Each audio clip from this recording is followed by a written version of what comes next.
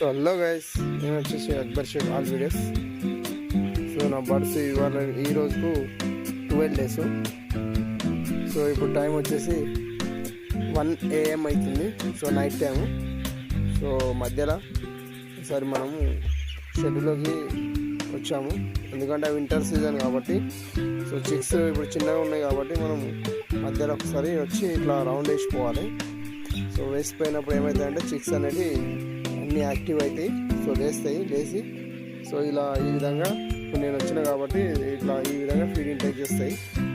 So ఇలా చేసినప్పుడు మన బర్డ్స్ అనేవి సో మోటాలిటీ అనేది ఎక్కువ ఉండదు ఫ్రెండ్స్. సో లేదంటే ఇవి ఇలానే కూర్చొని ఉంటాయి. సో అలాగనే ఉండి కొన్ని చిక్స్ ఏమైతే అంటే అలానే పడుకొని అలానే చనిపోవడం జరుగుతుంది.